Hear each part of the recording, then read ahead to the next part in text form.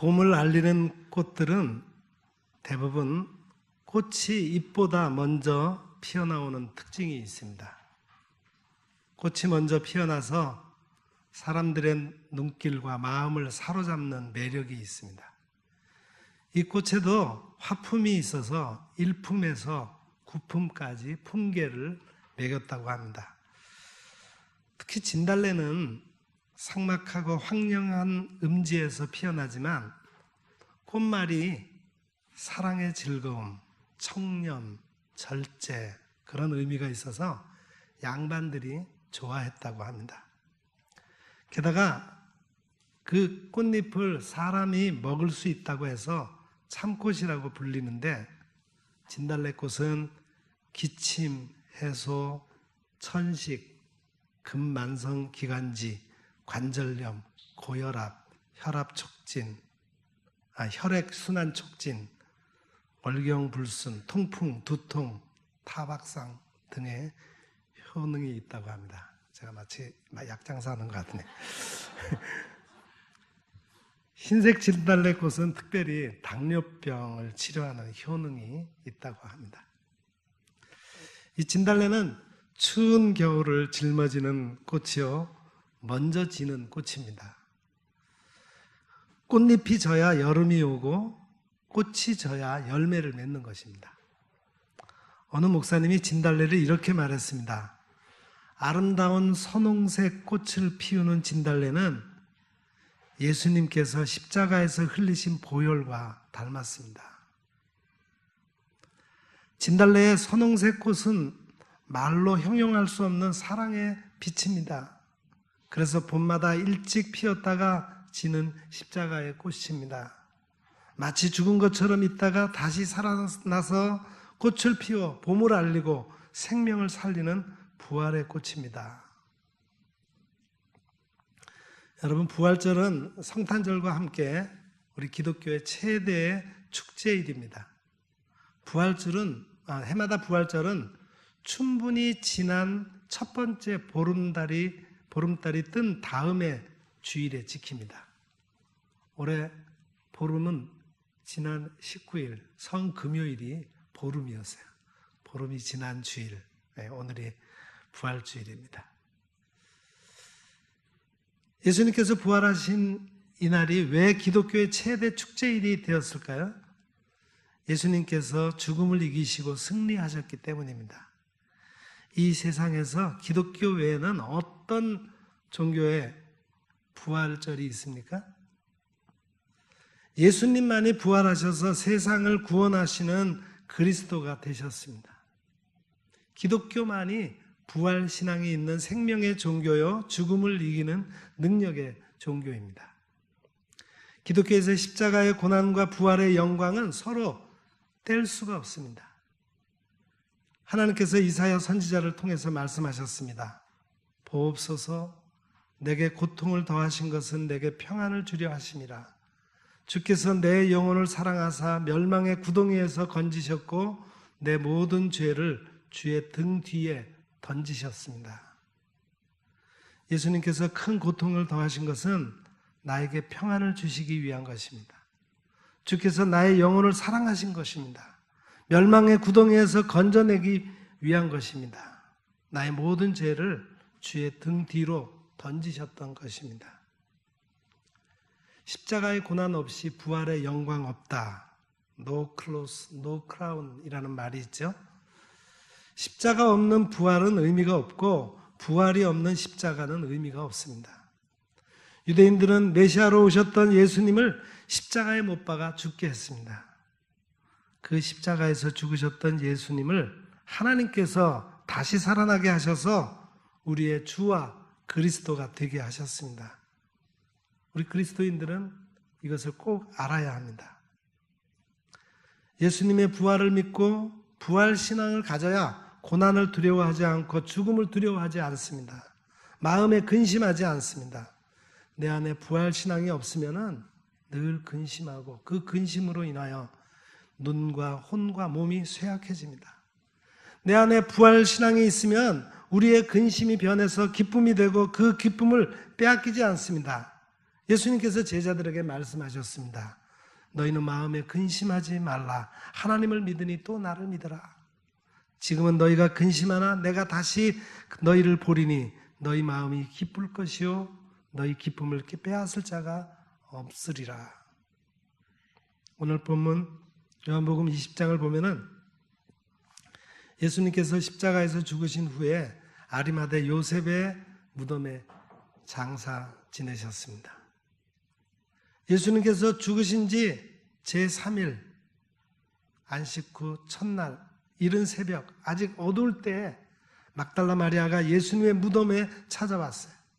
막달라 마리아가 왜 예수님의 무덤을 찾아왔을까요? 부활하신 예수님을 만나기 위해서 찾아왔을까요? 아닙니다. 막달라 마리아를 비롯한 여자들은 예수님의 무덤과 그 시체를 어디에 두었는지 확인하고 돌아가서 향품과 향유를 준비해 놓았는데 안식일이 지난 첫날에 그 향품을 가지고 무덤에 갔던 것입니다. 이 말은 여자들이 예수님의 장례를 마무리하려고 갔던 겁니다. 이처럼 사람의 장례를 준비하고 장례를 마무리하려는 사람들은 마음의 슬픔과 고통, 근심이 있습니다. 여자들의 고민은 무덤을 막고 있는 돌을 어떻게 옮겨낼까 생각하면서 걱정했습니다.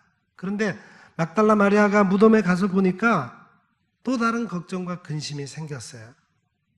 이럴 때 어떻게 해야 할까요? 예레미야 선지자가 말했습니다. 주께서 인생으로 고생하며 근심하게 하시니 본심이 아니시다. 여러분, 주님의 본심이 무엇일까요? 하나님의 은혜 위에 은혜가 충만하게 임하는 것이 주님의 원하심이에요. 물과 성령으로 거듭나는 사람이 되는 것입니다. 거듭나서 하나님의 나라를 보고 하나님 나라에 들어가는 것입니다. 예수님을 믿음으로 영생을 얻고 영과 진리로 하나님께 예배드리고 하나님께서 기뻐하시는 예배자가 되는 것입니다. 예수님을 믿음으로 영생에 이르는 열매를 모으고 복음의 씨앗을 뿌리는 자와 거두는 자가 함께 즐거워하는 것입니다. 진리를 알고 그 진리로 자유하게 되기를 원하십니다. 부활신앙을 가지고 생명을 얻고 영생의 기쁨을 누리는 삶을 우리 주님이 원하십니다. 막달라 마리아와 여자들이 막상 무덤에 왔을 때 무덤을 막고 있는 돌이 옮겨진 것을 보았습니다. 얼마나 놀랐을까요? 그래서 막달라 마리아가 시몬 베드로와 요한에게 달려가서 말했습니다. 사람들이 주님을 무덤에서 가져다가 어디 두었는지 우리가 알지 못하겠다. 그러자 시몬 베드로와 요한이 무덤으로 달려갔는데 요한이 먼저 구부려서 무덤 속을 들여다봤어요. 예수님의 시신을 쌌던 세마포가 놓여 있었습니다. 다음에 시몬 베드로가 무덤에 들어가서 세마포가 그 자리에 놓여 있는 것을 확인했습니다. 그리고 머리를 쌌던 수건은 딴 곳에 쌌던 그대로 놓여 있었습니다. 다음에 요한도 들어가서 보고 믿었습니다. 여기 베드로와 요한이 부활하신 주님을 보았습니까? 아닙니다. 빈 무덤과 시신을 쌌던 세마포와 수건이 놓여 있는 것을 보았습니다. 여러분, 시몬 베드로와 요한은 왜 부활하신 예수님을 만나지 못했을까요? 예수님께서 말씀하셨던 그 부활을 믿지 않았기 때문입니다. 두 제자가 왜 자기들이 묵고 있는 집으로 돌아갔을까요? 두 제자는 예수님께서 부활하실 것이라고 말씀하셨던 그 말씀을 기억하지 못했기 때문입니다. 예수님께서 빌립보 가이사랴 지방에 가실 때 길에서 말씀하셨어요. 내가 예루살렘에 올라가서 장로들과 대제사장들과 서기관들에게 많은 고난을 받고 죽임을 당하고 제3일에는 살아날 것이다. 시몬 베드로는 이 말씀을 듣고도 주님을 붙들고 항변하며 만류했습니다. 주님, 죽으시면 안 됩니다. 결코 그런 일들이 주께 미치지 못할 것입니다. 그때 예수님께서 베드로에게 아주 충격적인 말씀을 하셨죠. 사탄아, 내 뒤로 물러가라. 그 후에 변화산에서 내려오셔서 갈릴리에서 다시 말씀하셨습니다. 인자가 장차 사람들의 손에 넘겨 죽임을 당하고 제3일에 살아날 것이다. 제자들이 예수님께서 두 번째 말씀하셨을 때 매우 근심했다 그랬어요. 그럼에도 두 제자는 왜 그 말씀을 기억하지 못할까요? 두 제자는 예수께서 죽은 자 가운데서 다시 살아나야 할 것이라는 말씀을 아직도 알지 못했습니다. 이 말씀은 우리에게 아주 중요한 말씀과 믿음의 팁을 주십니다. 주님의 말씀을 기억하고 실행해야 하나님 앞에서 거룩하게 된다는 거예요. 어떤 것이든지 기억하려면 시선을 고정하고 더 자세하게 바라보아야 합니다. 그 과정에서 내 자신과 세상을 더 깊이 이해하게 됩니다. 그러나 하나님의 말씀을 귀로만 들으면 기억력이 오래 남지 못합니다. 보통 나이가 들수록 기억력이 떨어지는 이유는 새로운 경험이 젊었을 때보다 더 줄어들기 때문이에요. 무엇을 말해도 새롭지 않고 감동이 약해서 머릿속에 특별하게 남는 기억들이 적기 때문이에요. 하나님의 말씀을 오래 듣다 보면 귀가 둔해지고 듣는 것이 둔해지면 해석도 어려워집니다. 말씀이 무뎌집니다. 마음으로 돌이켜 내게 고침을 받을까 두려워하기 때문이라 하셨습니다. 회개하는 것을 두려워하기 때문이요, 염려로 마음이 둔해져서 덫이 되기 때문입니다. 주의 말씀을 듣는 것이 둔해지면 믿음도 떨어지고 믿음의 수준도 낮아지는 거예요. 오늘 우리는 주님의 말씀을 얼마나 기억하십니까? 현대인들은 왜 기억력이 약해졌을까요? 문명의 발전으로 전자기기를 많이 사용해서 기억력의 필요성을 박탈하게 만들었기 때문입니다. 국제 기억력 마스터 케빈 호슬리가 말했습니다. 나는 학창시절에 난독증으로 고등학교 졸업 때까지 혼자서 책 한 권도 읽지 못했습니다. 그랬던 내가 심리학, 뇌와 정신, 기억력에 대하여 공부하고 난독증을 극복하여 세계 최고 기억력의 달인이 되었습니다. 핑계를 버려라. 믿는 대로 이루어진다. 내 몸이 기억 장소다. 자기 절제와 복습이 살 길이다. 끝은 시작의 미끄럼이다. 기억력을 증진시키는 핵심 요소 4개가 4C가 있다고 그는 말했습니다. 첫 번째는 concentration, 집중력을 길러야 한다는 거예요. 두 번째는 create, 이미지를 창조하라. 세 번째는 connect, 개념을 연결하는 능력을 증전시키는 방법을 알아보고, 네 번째는 continuous use, 지속적인 사용 습관을 만들어야 한다. 오늘 우리에게 주신 이 말씀을 듣고 감동해야 오래 기억하고, 이 말씀을 기억해야 우리가 예수님의 부활을 증거할 수 있습니다. 여러분, 시몬 베드로와 요한은 예수님께서 죽은 자 가운데서 제3일에 다시 살아날 것이라는 말씀을 아직도 알지 못했습니다. 여기서 아직 알지 못하다라고 하는 말은 전에 결코 없어서 깨닫지 못하다, 아직도 확신하지 못하다, 여전히 이해가 되지 않는다, 아직도 생각할 수 없다, 여전히 느껴지지 않는다, 그런 뜻이에요. 두 제자는 예수님께서 죽은 자 가운데서 제3일에 다시 살아날 것이라고 아직도 생각하지 못했던 것입니다. 예수님의 부활이 여전히 이해가 되지 않았던 거예요. 죽은 지 사흘이 지나면 시체가 부패하고 모든 장기가 파손되었는데 어떻게 다시 살아나실까? 이런 일이 이전에는 결코 없어서 여전히 생각할 수가 없었고 느껴지지 않았던 것입니다. 그래서 두 제자는 안식일이 지난 첫날에 무덤에 갈 생각을 하지 않았던 것입니다. 지금 우리는 어떻습니까? 여러분, 예수님의 부활을 믿습니까? 예수님께서 부활하셨다고 믿어집니까? 막달라 마리아는 어떻게 부활하신 예수님을 만났을까요? 예수님을 찾고자 하는 사랑의 갈급함이 그녀에게 있었습니다. 예수님께 받았던 그 은혜가 너무 크고 그 사랑을 잊을 수가 없어서 무덤을 떠날 수가 없었습니다.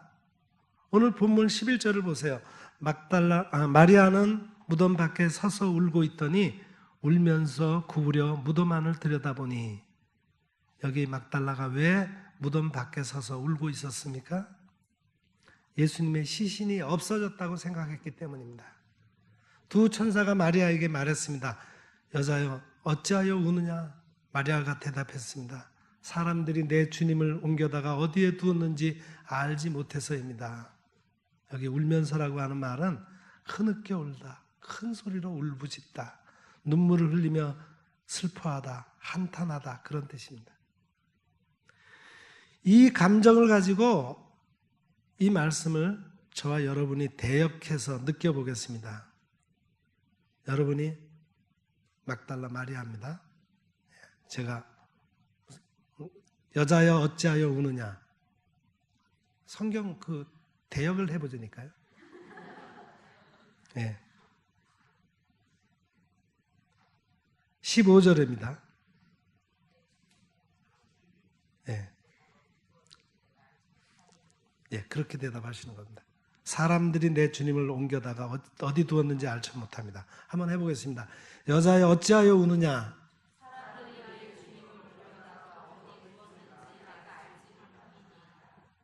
예, 여러분, 막달라 마리아가 왜 울면서 예수님을 찾고 있을까요? 마리아는 자신의 죄를 용서해 주신 주님의 사랑을 크게 여겼기 때문입니다. 나는 죄사함을 많이 받아서 주님의 사랑을 많이 받았다고 믿고 있습니다. 주님께서 나의 죄를 용서해 주신 것을 평생 기억하고 마음으로 간직하고 감사하고 있습니다. 주님께서 나의 죄를 용서해 주셔서 하나님의 형상을 회복시켜 주신 은혜가 크다고 믿기 때문입니다. 누가복음 7장 47절 48절에 보면 예수님께서 말씀하셨습니다. 그의 많은 죄가 사하여졌도다. 이는 그의 사랑함이 많음이라. 사함을 받은 일이 적은 자는 적게 사랑한다. 어떻게 생각하십니까? 예수님께서 제자들에게 더 많은 시간과 사랑과 관심을 쏟아부어 주셨을까요? 아니면 막달라 마리아에게 더 많이 주셨을까요? 사실은 제자들에게죠. 내가 주님의 사랑을 더 많이 받았습니까? 주님이 나를 더 많이 사랑하셨습니까? 내가 주님을 더 사랑합니까? 주님이 나를 더 사랑한다고 믿으십니까? 막달라 마리아는 부활하셔서 무덤 안에 계셨던 예수님을 알아보지 못했습니다. 그가 동산지기인 줄 알았어요. 반면에 부활하신 예수님께서 마리아의 행동을 보시고 마리아의 말을 다 들으시고 말씀하셨습니다. 본문 15절 다시 한번 저와 여러분이 대역해 보겠습니다. 여자여 어찌하여 울며 누구를 찾느냐? 마리아가 대답했습니다. 주여 당신이 옮겼거든 어디 두었는지 내게 말해 주소서. 그러면 내가 가져가리이다. 예수께서 마리아야 부르셨습니다. 그때 마리아는 예수님께서 자기의 이름을 부르시자 귀가 활짝 열렸어요. 마리아가 돌이켜 놀라면서 기쁘게 대답했습니다. 라보니, 선생님이라고 하는 뜻이죠. 마리아는 이때 신비한 체험과 감동을 잊을 수가 없었습니다. 부활하신 예수님께서 마리아에게 사명을 주셨습니다. 본문 17절을 보세요.